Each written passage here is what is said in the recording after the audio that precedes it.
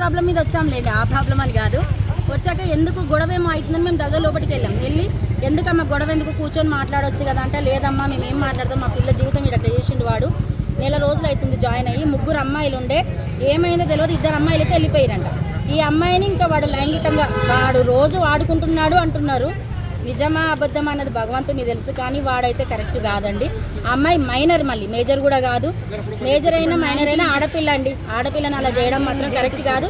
వానికి దేహశుద్ధి చేయడం కాదు, అట్లాంటి వానికి నడి రోడ్లో ఉరి వేయాలి, శిక్ష ఖచ్చితంగా వేయాలి. అలాంటి ఇంకోటి భయం కూడా ఉంటుంది కదా. ఆడపిల్లలని తల్లిదండ్రులు ఎందుకు ఉంచుతారండి? ఎందుకంటే ఇంటి దగ్గర కూడా ఇవాళ రేపు సేఫ్టీ లేదు. సరే ఉమెన్స్ హాస్టల్ అంటే ఏదో కొంచెం కలిసి వస్తుంది.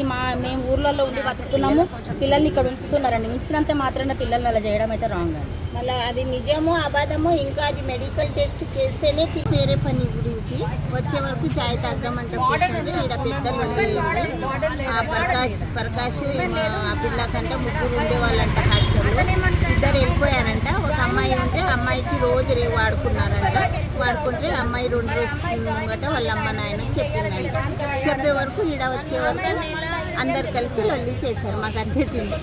ఆయన ప్రకాశం మీకెట్లా తెలుసు పేరు? మాకు చాయదానికి వచ్చారు కదా ఆయన ప్రకాశ్ ఆయన పేరు మీకు సార్ వాళ్ళు చెప్పారు. ఇంకోసారి చనిపోయి ప్రకాష్ చేసిన చెప్తారా? మీరు ఎక్కడ ఉంటారు?